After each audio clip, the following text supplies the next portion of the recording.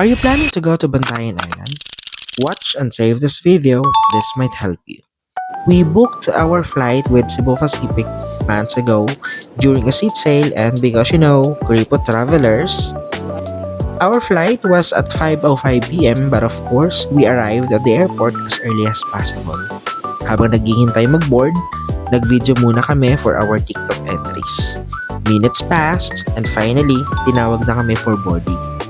And for the first time, hindi kami magkatabi ng asawa ko. She was in the middle seat while I was on the other side. We arrived at Mactan, Cebu International Airport at around 6:30 p.m. Mabilis lang ang biyahe, no delays. Pagkababa namin, dumiretso agad kami sa bus terminal, which is conveniently located just outside the airport. By 7:20 p.m., dumating na yung bus going to SM Cebu. Medyo natagalan ng kaunti. Sa SM Cebu, nandun yung bus terminal going to Hagnaya Port. Pagkarating namin sa terminal, hindi muna kami sumakay ng bus. We had our dinner first, then naghanap kami ng coffee shop kasi may kailangang tapusin ng asawa ko. Thankfully, open pang Starbucks, so we stayed there from 9 p.m. to 10:22 p.m. Nag-charge na rin ako ng phone while my wife worked on my laptop. At exactly 10:22 p.m., we left Starbucks and headed to the terminal.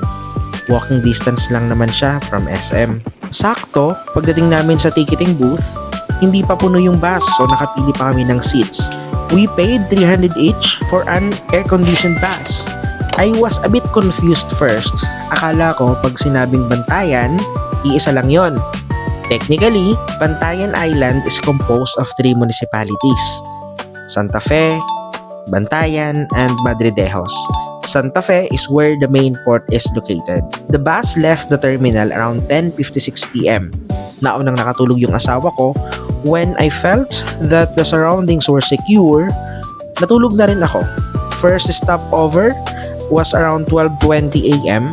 Mga 10 minutes lang kami doon. Nagkape yung driver at conductor while others took a quick bathroom break. We arrived at Hagnaya Port going to Santa Fe around 2:20 a.m. Pinababa kami ng conductor to buy Roro tickets. 300 each nga pala yung fare doon sa Roro. Around 2:26 a.m. sumakay na kami ng barko. Mukhang mapapaaga kami. And tama nga, 4:30 a.m. nasa Santa Fe Port na kami. Yung bus pala namin was bound for Madridejos, nasa dulo pa siya ng island. Kaya nakasakay din mismo sa barko yung bus na sinasakyan namin. Nahuli pa kami bumaba kasi late pa nagising yung mga driver. Hindi naman kayo basta makaalis kasi nandun pa sa bus mismo yung maleta namin. Since sa Santa Fe lang kami, ibinaba kami sa sakayan ng tricycle. And yung nasakyan pa namin, medyo na-excite. Sinabi namin sa Maria's Guest House kami, pero dinala kami sa Maria's Inn. Same owner, pero hindi kami doon nakabook at medyo malayo sila sa isa't isa. Originally, napag-usapan namin ni Kuya ay 150 pesos ang bayad namin doon sa tricycle. Pero nung sabihin namin na sa Maria's Guest House talaga kami, naging 250 ang singil dahil mas malayo daw. Mahal daw talaga ang pamasahe dito. So pinag-isipan namin kung magre-rent pa kami ng motor kasi yung rent ng motor 300 pesos lang siya for a day na. 5:16 a.m. we arrived at Maria's Guest House. Almost an hour kaming naghintay sa labas kasi napaaga kami. Supposedly, 2 p.m. ang check-in time namin and balak sana namin mag-early check-in for 100 pesos per hour. Thankfully, Ate Maria, the owner, was very generous. She allowed us to check in early without extra charge as long as we wouldn't use the aircon. Perfect for us since we just needed to freshen up. May island hopping kasi kami, scheduled at 8 a.m.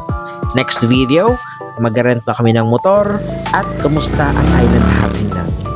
See you in our next video.